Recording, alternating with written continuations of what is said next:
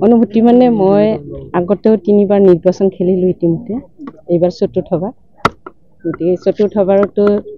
দলে বিচাৰিলে যেতিয়া মই কংগ্ৰেছ দলৰ হৈ এই নিৰ্বাচনত প্ৰতিদ্বন্দ্বিতা কৰিব বিচাৰিছোঁ তেখেত দলৰ মনোনীত প্ৰাৰ্থী গতিকে জিলা পৰিষদটো এইবাৰ নতুন হ'ল সম্পূৰ্ণ নতুন দুটা পঞ্চায়ত পুৰণা আছে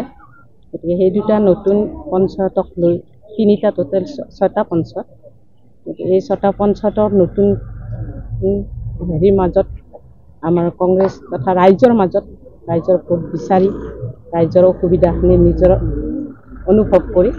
এনেকৈ ভোট বিচাৰি বুলি তেওঁলোকৰ মাজত সোমাম কি ইছ্যু থাকিব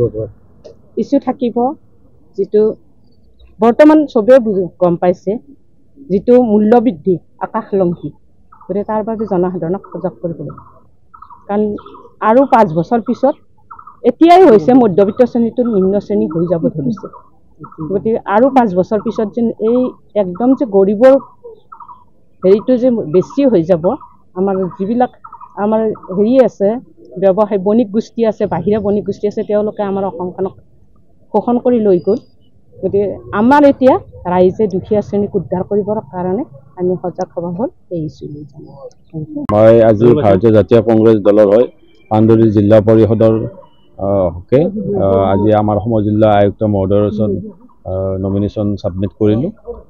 তেখেতৰ সহযোগিতাৰ বাবে আমি তেখেতক ধন্যবাদ জনাইছোঁ তেখেতেও বৰ সুন্দৰভাৱে আমাক সহযোগিতা কৰিছে ডকুমেণ্টছসমূহ সুন্দৰভাৱে আমাক বুজাই দিছে কিবা খুঁটি নাটি থাকিলেও বুজাই দিছে আমি তেখেতক অশেষ ধন্যবাদ জনাইছোঁ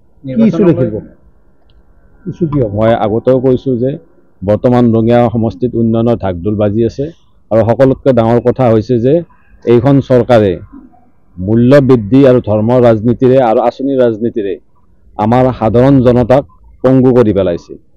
এই সাধাৰণ জনতাক এই পংগুতাৰ পৰা আমি উদ্ধাৰ কৰিব লাগিব প্ৰথম আমাৰ সেয়া দায়িত্ব আৰু তাৰ বাবে আমি যুদ্ধ কৰিম